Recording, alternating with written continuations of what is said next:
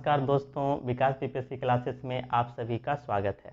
तो आज का जो हमारा टॉपिक है वह है मूल अधिकार। इसके पहले हमने मूल अधिकार से संबंधित भाग 1 वीडियो बना दिया है। तो जिन लोगों ने वह वीडियो नहीं देखा है तो आप हमारे प्लेलिस्ट में जा कर के पहले उस वीडियो को देखें, फिर आप यह वीडियो को देखें, तब आपको समझने में आसानी होगी और आप सारे कंटेंट को आसानी से समझ पाइएगा। तो आज हम मूल अधिकार भाग 2 वीडियो के बारे में चर्चा करेंगे। भाग 1 वीडियो अपलोड कर दिया गया है, आप लोग उसे देख ले। तो हम कुछ भाग 1 वाले वीडियो को रिकॉल करते हैं, कुछ में क्या क्या चीज़ें बताए गए थे मूल अधिकार से संबंधित। तो भाग 1 में हम लोगों ने बताया था कि मूल अधिकार क्या है, वह भाग 3 में संविधान के भाग 3 में है और अनुच्छेद 12 से 35 में स्थित है। फिर इसको हमने दिखाए थे कि मूल अधिकार कितनी है। तो वर्तमान में हमारे पास 6 मूल अधिकार हैं। मूल संविधान में जो थे वह 7 मूल अधिकार थे, किंतु 44वें संविधान संशोधन 1978 के द्वारा संपत्ति के अधिकार को हटा दिया जाता है। तो वर्तमान में जो हमारे पास अधिकार हैं वह 6 अधिकार प्राप्त हैं। पहला क्षमता का अधिकार आर्टिकल 14 से 18, दूसरा स्वतंत्रता का अधिकार आर्टिकल 19 से 22, तीसरा शोषण के विरुद्ध अधिकार आर्टिकल 23 से 24, चौथा धार्मिक स्वतंत्रता का अधिकार आर्टिकल 25 से 28, पांचवा संस्कृति और शिक्षा का अधिकार आर्टिकल 29 से 30 और छठा संवैधानिक उपचारों का अधिकार आर्टिकल 32। तो ये 6 मूल अधिकार हमें संविधान के द्वारा प्रदत्त किए गए हैं। तो इसमें से जो है हम लोगों ने 3 आर्टिकल के बारे में चर्चा भाग 1 वीडियो में कर लिया था। क्षमता का अधिकार, स्वतंत्रता का अधिकार और शोषण के विरुद्ध अधिकार, ये तीनों अधिकारों की चर्चा हमने भाग 1 वाले वीडियो में किया है। तो मैं फिर बोल रहा हूँ कि आप लोग पहले भाग 1 वीडियो को देखिए और इस 3 अधिकार के बारे में पहले जानने की कोशिश करें, तब आगे हम लोग इस अधिकार के बारे में जानेंगे। तो आज के वीडियो में हम बताने वाले हैं इन 3 अधिकार के बारे में, यानी कि धार्मिक स्वतंत्रता का अधिकार, संस्कृति और शिक्षा का अधिकार और संवैधानिक उपचारों का अधिकार। तो आइए शुरू करते हैं आज के टॉपिक को। तो आज हमारा जो है वह है मौलिक अधिकार 4, यानी कि धार्मिक स्वतंत्रता का अधिकार। तो धार्मिक स्वतंत्रता का जो अधिकार है वह हमारे संविधान में आर्टिकल 25 से 28 तक वर्णित है। पूछे जाते हैं प्रश्न कि धार्मिक स्वतंत्रता का अधिकार संविधान में किस अनुच्छेद में स्थित है, तो वह हमारे 25 से 28 के बीच स्थित है या वर्णित किया गया है। तो इस अधिकार में जो है धार्मिक स्वतंत्रता के अधिकार में हमें धर्म संबंधित अधिकार दिए गए हैं कि हमें कौन से धर्म मानने का अधिकार है, उनके प्रचार प्रसार, किसी धार्मिक संप्रदाय में सम्मिलित होना, किसी धार्मिक संगठन बनाना। तो ये सारे अधिकार जो है वह हमारे अनुच्छेद 25 से 28 तक में प्राप्त है। अब बारी बारी से हम अनुच्छेद को देखेंगे। तो सबसे पहले हम देखेंगे अनुच्छेद 25। तो अनुच्छेद 25 क्या कहता है कि धर्म को मानने, आचरण करने एवं प्रचार करने का अधिकार। अनुच्छेद 25 के तहत हमें किसी भी धर्म को मानना, उसका आचरण करना एवं उसके प्रचार प्रसार करने का अधिकार प्रदान किया गया है। तो यहाँ से हमने क्या देखा कि किसी भी व्यक्ति द्वारा कोई धर्म मानना, उसके आचरण यानी उनके रूल रेगुलेशन नियमों का पालन करना एवं उसके प्रचार करने का अधिकार प्राप्त है अनुच्छेद 25 के तहत। लेकिन इसमें कुछ कंडीशंस हैं। वो कंडीशंस क्या है, तो अगर हम बात करें तो हमारे जो संविधान है, तो संविधान में कहीं भी धर्म हस्तांतरण शब्द का यूज नहीं किया गया है। आप लोग ध्यान से सुनिएगा कि हमारे संविधान में आर्टिकल 25 से 28 के बीच जो है धार्मिक स्वतंत्रता का अधिकार है। अधिकार तो दिया गया है, लेकिन इसमें कहीं भी धर्म स्थानांतरण करने का अधिकार नहीं धर्म स्थानांतरण करने का उल्लेख नहीं किया गया है और ना ही इसे परिभाषित किया गया है। लेकिन अगर हम इस पैराग्राफ को पढ़ते हैं कि धर्म को मानने, आचरण करने एवं प्रचार करने का अधिकार, तो इस पैराग्राफ से हमें, इस शब्द से हमें, सेंटेंस से पता चलता है कि हमें धर्म हस्तांतरण करने का भी अधिकार संविधान के द्वारा दिया गया है। मतलब कोई भी व्यक्ति किसी भी प्रकार का धर्म को अपना सकता है, उसमें कोई प्रतिबंध नहीं है। तो प्रारंभ में तो यह चलता रहा कि धर्म हस्तांतरण, लेकिन कुछ ही समय बाद मध्य प्रदेश, याद रखिएगा ये बहुत ही इंपॉर्टेंट चीज़ है, जेनुअल चीज़ है, बेसिक चीज़ है। कुछ ही समय बाद मध्य प्रदेश और उड़ीसा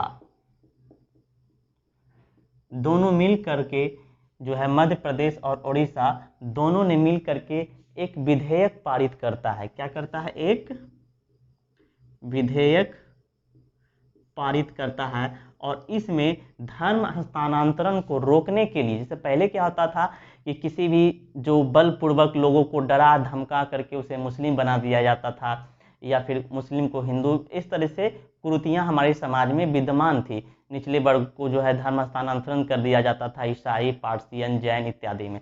तो इस धर्म हस्तांतरण को रोकने के लिए मध्य प्रदेश और उड़ीसा ने क्या किया? एक विधेयक लाया। उस विधेयक में जो है, इसमें कुछ कंडीशन डाले गए। वह कंडीशन क्या थे? तो पहला कंडीशन था कि बल, दूसरा कंडीशन था कपट, और तीसरा कंडीशन था लोभ। इसमें 3 कंडीशन डाले गए हैं, पहला बल, दूसरा कपट, तीसरा लोभ। अब यह 3 कंडीशन क्या थे? ये 3 शर्त क्या थे? तो पहला है बल, यानी कि कोई भी व्यक्ति या कोई भी समुदाय के लोग किसी भी समुदाय या किसी भी व्यक्ति को बलपूर्वक धर्म हस्तांतरण नहीं करवा सकता है। यानी कि बलपूर्वक शक्ति का प्रयोग करके जबरदस्ती किसी भी व्यक्ति को धर्म हस्तांतरण करने का अधिकार नहीं है। अगर किसी व्यक्ति या समुदाय के द्वारा बलपूर्वक किसी समुदाय का जो है या व्यक्ति का जो है धर्म हस्तांतरण किया जाता है, तो उसे कानूनन अपराध समझा जाएगा और उसे उपयुक्त दंड भी दिया जाएगा। ठीक उसी तरीके से जो हमारा है कपट, मतलब किस कपट, मतलब छल करके, बहला करके, फुसला करके। तो किसी भी व्यक्ति या समुदाय के द्वारा कपट करके, छल करके, कपट करके जो है गलती से या फिर किसी भी प्रकार से जो है उसे धर्म हस्तांतरण नहीं करवाया जाएगा। और इसमें भी, इसके तहत भी अगर कोई व्यक्ति या समुदाय के द्वारा किसी व्यक्ति या समुदाय का धर्म हस्तांतरण किया जाता है बिना उसके मंजूरी के, तो उसे कानूनन अपराध समझा जाएगा और उसके लिए उसे उचित दंड भी दिया जाएगा। फिर उसी तरीके से संबंधित तीसरा लोभ।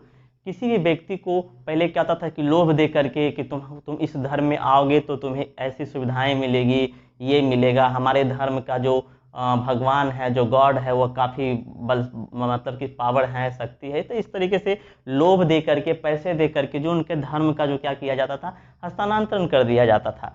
तो इसमें यह भी प्रावधान किया गया है कि यदि किसी व्यक्ति या समुदाय के द्वारा किसी व्यक्ति या समुदाय को लोभ दे करके, उसे फसला करके अगर धर्म हस्तांतरण किया जाता है, तो उसे कानूनन अपराध माना जाएगा और उसे उपयुक्त दंड भी दिया जाएगा। तो यह 3 तरह के कंडीशन डाले गए धर्म हस्तांतरण को रोकने के लिए।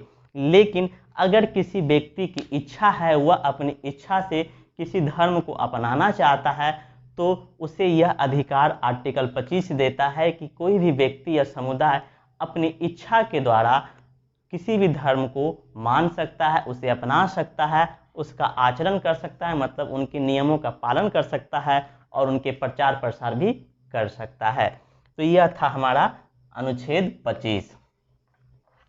अब हम बात करते हैं अनुच्छेद 26 की। तो अनुच्छेद 26 क्या है कि धार्मिक मामलों में प्रबंध की स्वतंत्रता। अनुच्छेद 26 क्या है कि धार्मिक मामलों में प्रबंध की स्वतंत्रता, मतलब कि धर्म से संबंधित हम मैनेजमेंट कर सकते हैं, कहीं पर उसका आयोजन कर सकते हैं, किसी प्रकार का जो होता है धर्म सम्मेलन वगैरह मैनेजमेंट करना, तो वह हमारा आर्टिकल 26 कहता है कि हम अपने धर्म से संबंधित किसी भी प्रकार का प्रबंध की व्यवस्था कर सकते हैं, लोगों को जुटा सकते हैं। आर्टिकल 27 क्या है कि धार्मिक अभिवृद्धि के लिए कर संदाय की अधिकार, मतलब आर्टिकल 27 क्या है कि धार्मिक को, अपने धर्म को बढ़ाने के लिए जो भी समुदाय है और वह समुदाय जिस धर्म से संबंधित है तो वह अपने धर्म को बढ़ाने के लिए, आगे करने के लिए कर दे सकता है, टैक्स दे सकता है। इसकी स्वतंत्रता दी गई है कि अपने धार्मिक को बढ़ाने के लिए, अपने धर्म को बढ़ाने के लिए वह अपने धर्म को मदद कर सकता है उस टैक्स के रूप में। आर्टिकल 28 क्या है कि कुछ शिक्षण संस्थाओं में धार्मिक शिक्षा की स्वतंत्रता, धार्मिक उपासना में उपस्थित होने की स्वतंत्रता। अब इस चीज को समझते हैं। तो आर्टिकल 28 क्या कहता है कि कुछ शिक्षण संस्थाओं में धार्मिक शिक्षा की स्वतंत्रता, मतलब कुछ ऐसे संस्था है जहां पर धार्मिक शिक्षा देने का अधिकार प्रदान किया गया है आर्टिकल 28 के तहत। कुछ ऐसे, बात को गौर को समझिएगा कि कुछ शिक्षण संस्थान ऐसे हैं जहां धार्मिक शिक्षा प्रदान करने की स्वतंत्रता दी गई है, लेकिन इसमें कंडीशन क्या है कि राज्य पोषित जो भी स्कूल होंगे, मतलब कि वैसे स्कूल जो कि पूर्ण रूप से राज्यों के द्वारा संचालित किया जाता है, यानी जिस पर राज्यों का अधिकार होता है, जैसे सरकारी स्कूल या फिर वगैरह वगैरह नवोदय जो भी होते हैं, तो जो जिस पे जो है राज्य का अधिकार होता है, जो राज्य पोषित स्कूल होते हैं, वैसे स्कूल में किसी भी प्रकार की धार्मिक शिक्षा नहीं दी जाएगी। यह आर्टिकल 28 है। लेकिन अगर कुछ ऐसे इंस्टीट्यूट हैं जो विशेष रूप से धर्म को लेकर के बनाए गए हैं, तो उसमें धार्मिक शिक्षा की स्वतंत्रता है, मतलब वह धार्मिक शिक्षा प्रदान कर सकता है और उसका संचालन राज्य नहीं करके किसी ट्रस्ट के माध्यम से किया जाता है। जैसे अगर हम बात करें तो मदरसा में जो है वह मुस्लिम धर्म की शिक्षा दी जाती है, मुस्लिम लॉ पढ़ाए जाते हैं। और तो यह एक विशेष प्रकार की संस्था है जिसमें जो है विशेष धर्म यानी कि मुस्लिम धर्म की शिक्षा दी जाती है। तो यह हमारा आर्टिकल 28 कहता है। दूसरा पॉइंट इसमें क्या है कि धार्मिक उपासना में उपस्थित होने की स्वतंत्रता, मतलब प्रत्येक व्यक्ति को यह अधिकार है कि यदि किसी जगह पे धर्म को लेकर के कोई प्रचार प्रसार हो रहा है या फिर धार्मिक उपासना, कहीं पे मेले हो धर्म संबंधित, कहीं पे कोई आयोजन किया, कार्यक्रम किया जा रहा है, तो प्रत्येक व्यक्ति को उस उपासना में, मतलब उस आयोजन में, कार्यक्रम में उपस्थित होने का अधिकार है। इसमें किसी भी प्रकार का रोक टोक नहीं है। तो यह हमारा आर्टिकल 28 कहता है। तो यह थे हमारे धार्मिक स्वतंत्रता संबंधित आर्टिकल 25, 26, 27 और 28। आप लोग को यह समझ में आ गया होगा। अब हम बात करते हैं कि संस्कृति और शिक्षा संबंधित अधिकार, आर्टिकल 29 से 30। अब पांचवा अधिकार की हम बात कर रहे हैं, संस्कृति और शिक्षा संबंधी अधिकार, जो कि आर्टिकल जो हमारा 29 से 30 में स्थित है। अब यह अधिकार जो है वह विशेष रूप से जो है वह अल्पसंख्यकों के लिए दिया गया है। किसके लिए दिया गया है? अल्पसंख्यकों के लिए दिया गया है। यहाँ से प्रश्न पूछे जाते हैं कि कौन सा अधिकार या फिर कौन सा अनुच्छेद जो है वह अल्पसंख्यकों के लिए दिया गया है? तो वह अनुच्छेद 29 से 30, यह मुख्य रूप से जो है अल्पसंख्यकों को अधिकार के बारे में दिया गया है। अब अल्पसंख्यक की अगर हम बात करते हैं तो अल्पसंख्यक क्या है? तो अल्पसंख्यक को हम मात्रात्मक रूप से इस प्रकार से परिभाषित कर सकते हैं कि अल्पसंख्या में रहने वाले वैसे लोग जो कुल आबादी का 50% हो, कुल आबादी का 50% से कम हो, उसे अल्पसंख्यक माना जाएगा। यानी कि जिसकी आबादी भी 50% से कम होती है उसे अल्पसंख्यक की श्रेणी में रखे जाते हैं। और वर्तमान में जो है वह 5 श्रेणी को जो है अल्पसंख्यक में रखा गया है। पहला अगर हम बात करें तो मुस्लिम, दूसरा जो हमारा है वह है ईसाई, तीसरा सिख, चौथा बौद्ध, पांचवा जैन,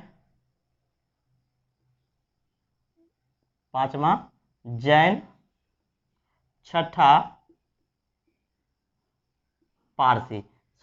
वर्तमान में जो है वह 1 2 3 4 5 6 जाति वर्गों को जो है अल्पसंख्यक की श्रेणी में रखा गया है। मुस्लिम, ईसाई, सिख, बौद्ध, जैन और पारसी, ये सभी वर्गों को जो है अल्पसंख्यक वर्ग कहे जाते हैं। तो इन सबों को जो है संस्कृति और शिक्षा बनाए रखने का अधिकार हमारा आर्टिकल 29 से 30 में स्थित है।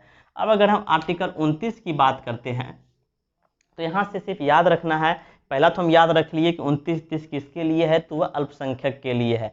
तो पहला में जो है वह अल्पसंख्यक के हितों का संरक्षण करने का अधिकार है, यानी आर्टिकल 29 जो है वह अल्पसंख्यकों के हितों के संरक्षण करने का अधिकार है, मतलब उसके हित का संरक्षण, किसी भेदभाव नहीं करना इत्यादि, उनका हितों का संरक्षण, उसका कोई मतलब क्षतिपूर्ति नहीं पहुंचाना, किसी प्रकार का नुकसान नहीं पहुंचाना। तो अल्पसंख्यकों को हितों का जो है संरक्षण का प्रावधान है आर्टिकल 29 में।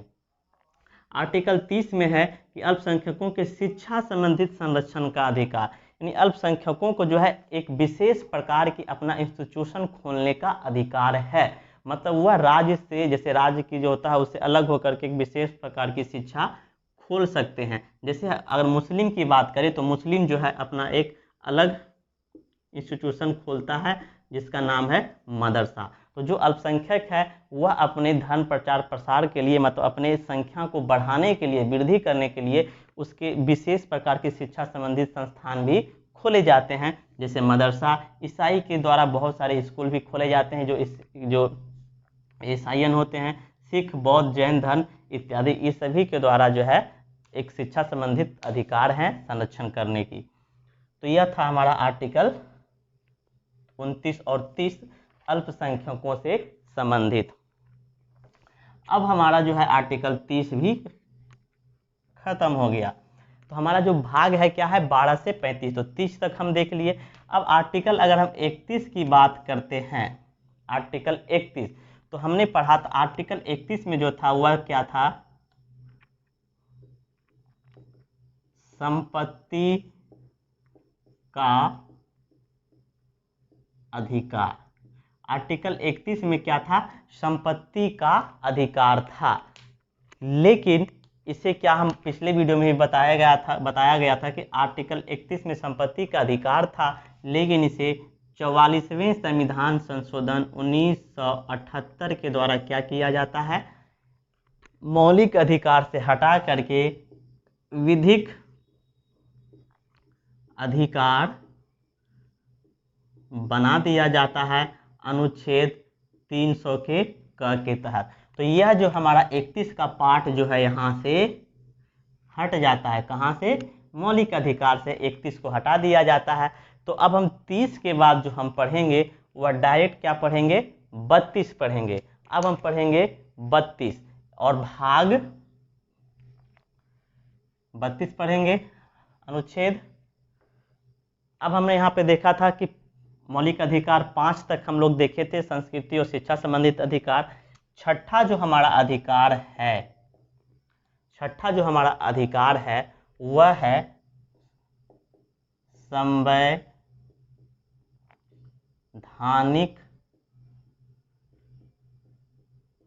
उपचारों का अधिकार, संवैधानिक उपचारों का अधिकार, और यह हमारा अनुच्छेद 32 में स्थित है। काफ़ी इम्पोर्टेंट है, यह महत्वपूर्ण VVI, संवैधानिक उपचारों का अधिकार।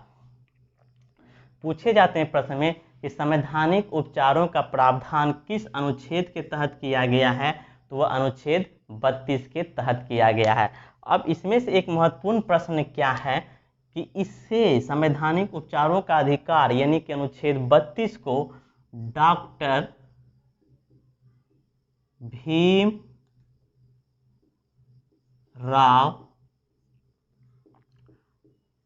अंबेडकर के द्वारा इसे क्या कहा गया है, संविधान की आत्मा एवं हृदय कहा गया है। यहाँ से भी प्रश्न पूछे जाते हैं कि किस अनुच्छेद को भीमराव अंबेडकर ने संविधान की आत्मा एवं हृदय कहा है, तो वह है हमारा आर्टिकल 32 यानी कि संवैधानिक उपचारों का अधिकार। बहुत ही वीवीआई प्रश्न है, लगभग कई सारे एग्जामों में यह प्रश्न पूछे गए हैं। तो आप यहाँ से याद रखिएगा कि डॉक्टर भीमराव अंबेडकर ने संवैधानिक उपचारों का अधिकार यानी कि अनुच्छेद 32 को आत्मा एवं हृदय कहा है। अब यहाँ से एक कंफ्यूजन वाला प्रश्न और भी पूछे जाते हैं और कई सारे लोग उसमें डाउट होते हैं, बहुत सारी कंफ्यूजिंग होती है, तो उस कंफ्यूजन को हम दूर करते हैं। दूसरा अगर हम प्रश्न की अगर बात करें तो एक प्रश्न यहाँ से यह भी आता है कि संविधान की आत्मा किसे कहा जाता है। तो यदि आप लोग ध्यान से सुनिएगा, यदि प्रश्न में संविधान की आत्मा कहा जाए या संविधान की कुंजी कहा जाए तो हमारा जो सही ऑप्शन होगा वह होगा प्रस्तावना। क्या होगा? प्रस्तावना। एकदम ध्यान से सुनिएगा, बहुत इसमें कंफ्यूजिंग होती है, बहुत सारे लोग गलती कर देते हैं, इसका आंसर उसमें उसका आंसर उसमें मिला देते हैं। तो आप लोग ध्यान से सुनिएगा, यदि प्रश्न कुछ इस प्रकार से पूछा जाए कि संविधान की आत्मा या संविधान की कुंजी की ऑफ कॉन्स्टिट्यूशन या सोल ऑफ कॉन्स्टिट्यूशन किसे कहा जाता है, तो हमारा जो आंसर होगा वह होगा प्रस्तावना।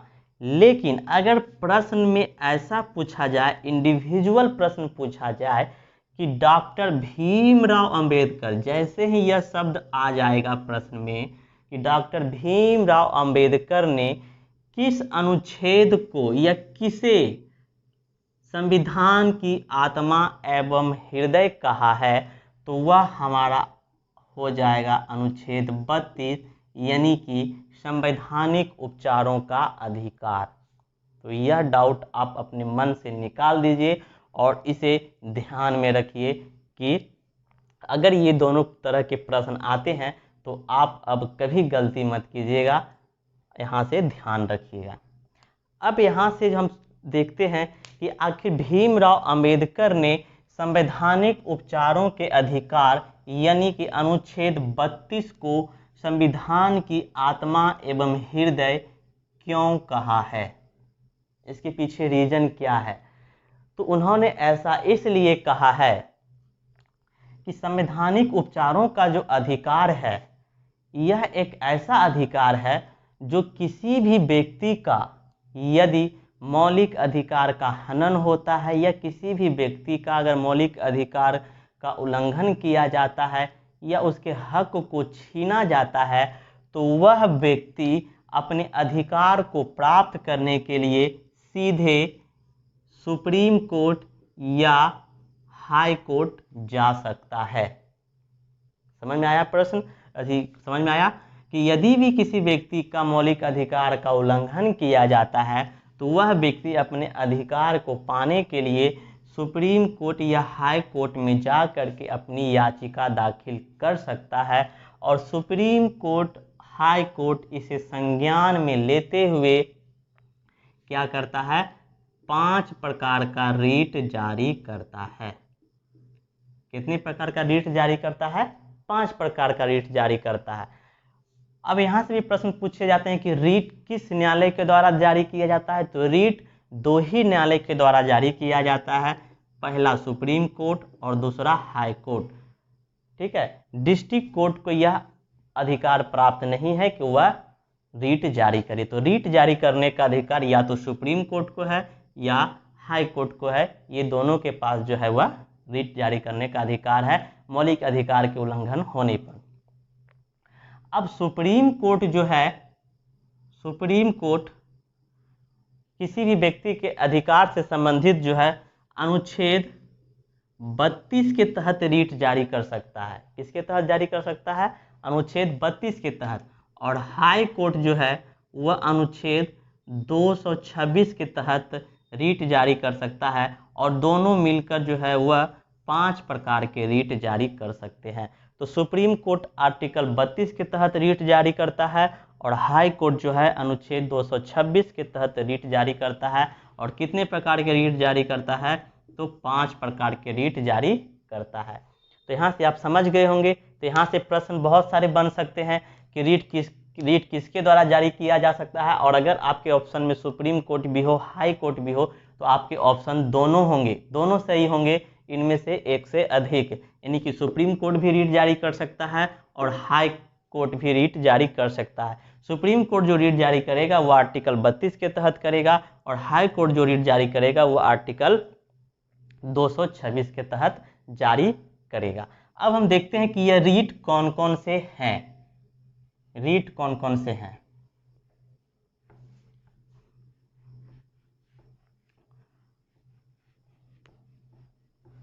अब हम बात करते हैं रीट। तो हमने देखा कि रीट की संख्या जो है कितने हैं, 5 है। सुप्रीम कोर्ट या हाई कोर्ट 5 प्रकार के रीट जारी कर सकते हैं। रीट कितने हैं, 5। अब ये 5 कौन कौन से हैं, तो पहला जो हमारा है वह है बंदी प्रत्यक्षीकरण। दूसरा जो हमारा है वह है परमादेश। तीसरा जो हमारा है वह है प्रतिषेध। चौथा जो हमारा है वह है उत्प्रेषण। और पांचवा जो हमारा है वह है अधिकार परीक्षा।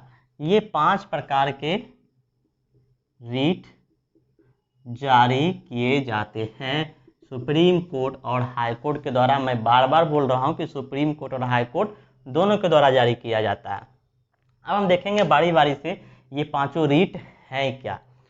तो बंदी प्रत्यक्षीकरण जो है, ये नाम से ही है बंदी प्रत्यक्षीकरण, मतलब बंदी जिसे गिरफ्तार किया जाता है। तो जिस व्यक्ति को भी गिरफ्तार किया जाता है उसका प्रत्यक्षीकरण मतलब उसको सामने प्रत्यक्ष करना, उसको सामने लाकर खड़ा करना। किसके सामने लाकर खड़ा करना, तो मजिस्ट्रेट के सामने। District court, high court, supreme court, जहाँ के भी मजिस्ट्रेट हो उनके सामने जो है बंदी को यानी अपराधी को जो है उपस्थित करना, खड़ा करना, सो शरीर मतलब सो शरीर उसको उपस्थित करना मजिस्ट्रेट के सामने में।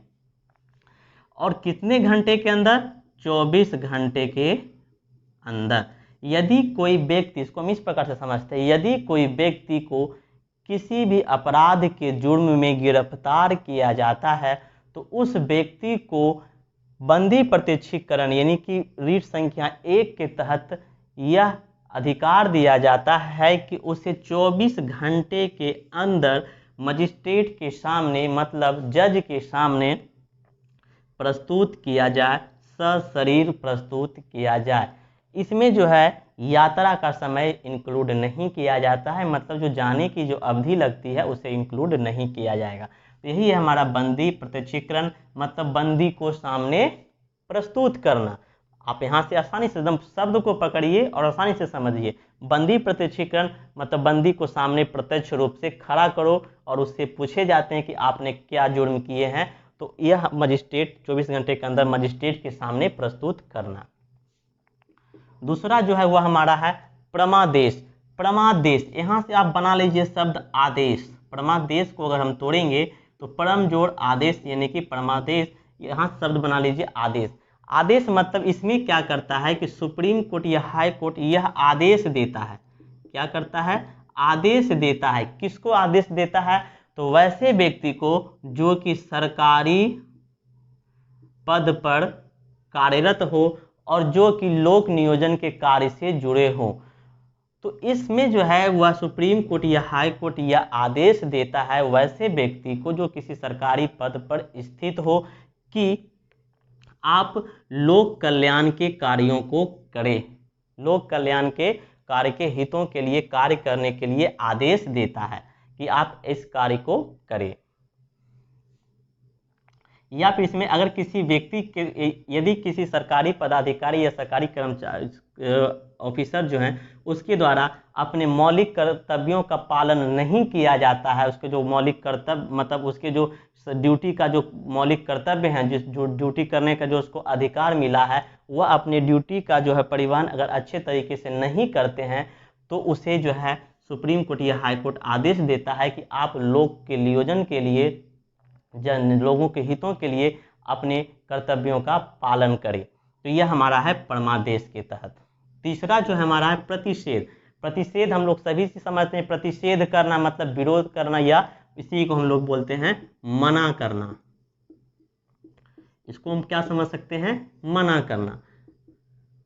ठीक है, तो मना करना, प्रतिषेध मना करना क्या होता है कि यदि कोई ऐसे मामले होता है जिसकी सुनवाई जो है वह जिला कोर्ट करता है, तो हाई कोर्ट और उसके वह अधिकार में नहीं आता है। फिर से सुनिएगा कि यदि कोई ऐसे मामले की सुनवाई डिस्ट्रिक्ट कोर्ट के द्वारा किया जाता है जो कि उसके अधिकार क्षेत्र में नहीं आता है, तो उस कंडीशन में सुप्रीम कोर्ट या हाई कोर्ट को यह अधिकार प्राप्त है कि वह उसे मना कर सकता है कि यह आपके अधिकार क्षेत्र में नहीं है, इसलिए आप इस पर सुनवाई नहीं कर सकते हैं। तो अगर सुप्रीम कोर्ट किसको मना करेगा, हाई कोर्ट को। यदि हाई कोर्ट के अधिकार से कोई सीमा बाहर है, कोई सुनवाई बाहर है, तो सुप्रीम कोर्ट इस पर क्या करेगा, मना करेगा। और अगर हाई कोर्ट किसको मना करेगा, वह करेगा डिस्ट्रिक्ट कोर्ट को।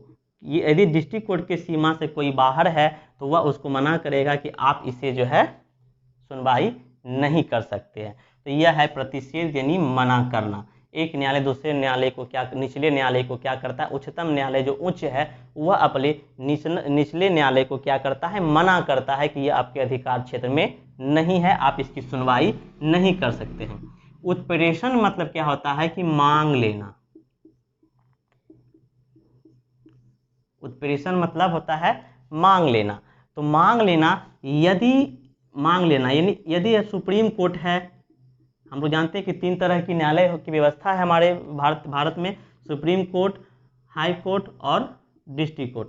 तो यदि डिस्ट्रिक्ट कोर्ट के पास कोई ऐसे मामले पड़े हैं जिसकी त्वरित सुनवाई नहीं की जा सकती है, मतलब उसमें काफ़ी समय लग सकता है, तो इस कंडीशन में हाई कोर्ट जो है यह डिस्ट्रिक्ट कोर्ट से जो है कुछ सुनवाइयों को मांग सकते हैं, उससे ले सकते हैं कि आप इस सुनवाई को मेरे पास भेजें, मैं इस पे कार्रवाई करूंगा।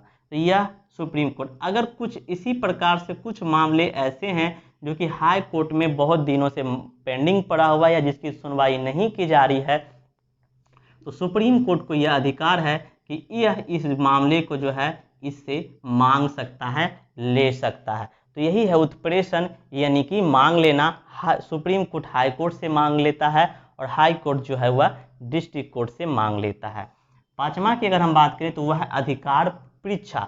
अधिकार परीक्षा का मतलब क्या होता है कि यदि कोई व्यक्ति जो संवैधानिक पद पर गैर विधि द्वारा स्थापित हो गया हो, या कोई व्यक्ति जो है किस संवैधानिक पद को अवैध विधि द्वारा प्राप्त करता है, तो उस पर जो है सुप्रीम कोर्ट क्या करता है, रिट जारी करता है कि आपने किस अधिकार से यह पद को धारण किया है या यह पद को ग्रहण किया है।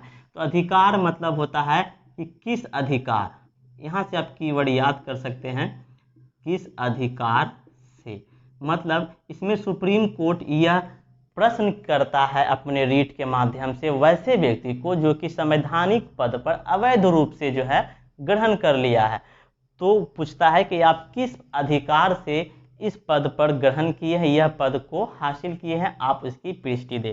तो यह जो हमारा कहलाता है, यह हमारा अधिकार परीक्षा कहलाता है। ठीक है, तो यह था हमारा बंदी प्रत्यक्षीकरण, मतलब कि बंदी को जो है मजिस्ट्रेट के सामने प्रत्यक्ष करना। परमादेश देना मतलब आदेश देना वैसे व्यक्ति को जो सरकारी कर्मचारी हो या सरकारी पदाधिकारी हो कि आप लोक नियोजन के कार्यों से संबंधित अपने कर्तव्यों का अच्छे से पालन करें। लेकिन यहाँ पे आप ध्यान दीजिएगा कि कोई भी न्यायालय जो है, सुप्रीम कोर्ट या हाई कोर्ट जो है, वह राज्यपाल और राष्ट्रपति पर रीट जारी नहीं कर सकता है, उसे आदेश नहीं दे सकता है। यह अपवाद है कि राज्यपाल और राष्ट्रपति पर जो है वह परमादेश संबंधित रीट जारी नहीं किए जा सकते हैं।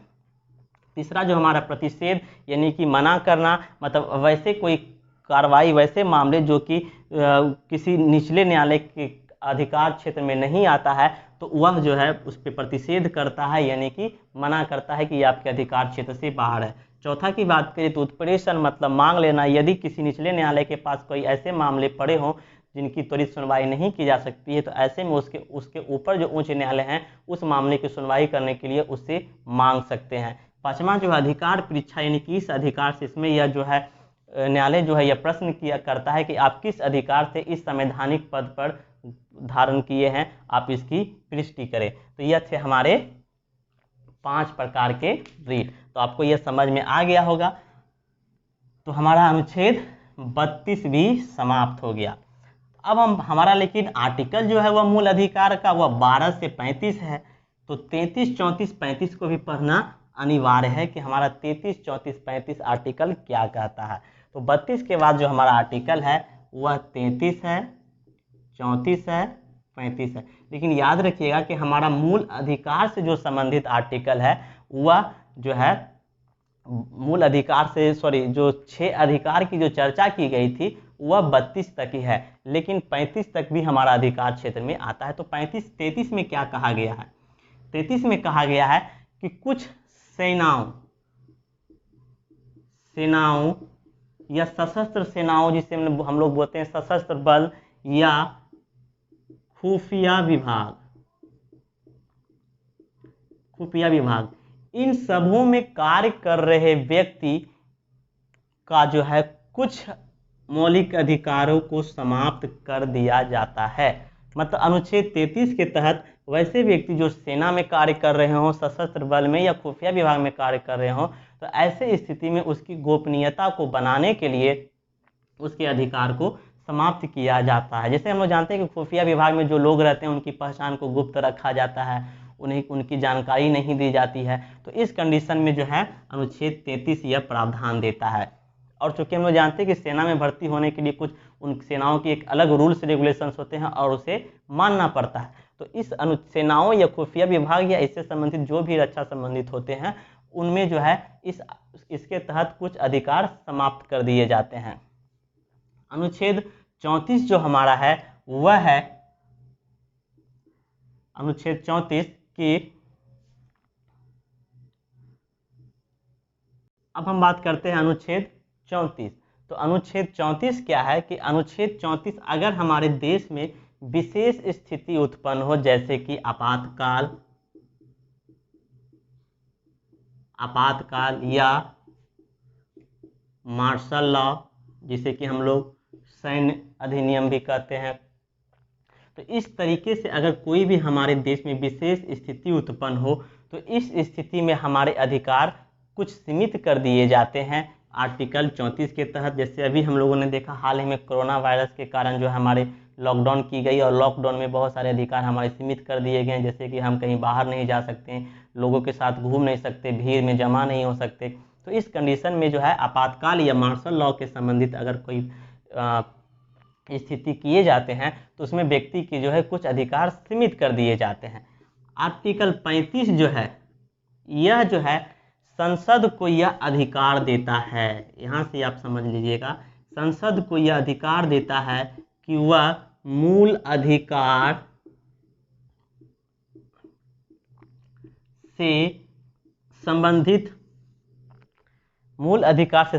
किसी भी विधेयक को पास कर सकता है या किसी भी प्रकार के मूल अधिकार को हटा सकता है या फिर किसी भी प्रकार के मूल अधिकार को जोड़ सकता है। यह हमारे संसद है, संसद को यह अधिकार दिया गया है कि मूल अधिकार का किस प्रकार से किया जाता है। लेकिन अगर मूल अधिकार की हम संरक्षक की बात करें कि संरक्षक कौन करता है, तो मूल अधिकार की जो संरक्षक करता है वह है हमारा सुप्रीम कोर्ट। तो मूल अधिकार का संरक्षक कौन होता है? सुप्रीम कोर्ट यानी कि उच्चतम न्यायालय।